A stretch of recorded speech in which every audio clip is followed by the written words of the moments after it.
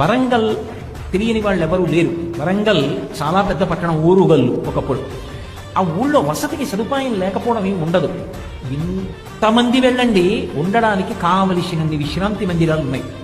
అటువంటి చోటుకి వెడితే, ఆ ఊరికి శివార్లలోకి వెడితే ఒక గొప్ప దేవాలయం ఉంది, రామప్ప దేవాలయం అంటారు. రామప్ప దేవాలయం మీలో ఎంతమంది చూశారో నాకు తెలియదు, కానీ రేచర్ల గణపతి దేవుడని ఒక మహానుభావుడు, ఒక సైన్యాధిపతి కట్టించాడు.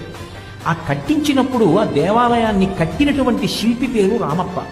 ఆయన నల్లరాతిని ఎర్రరాతిని కలిపి ఉపయోగించాడు.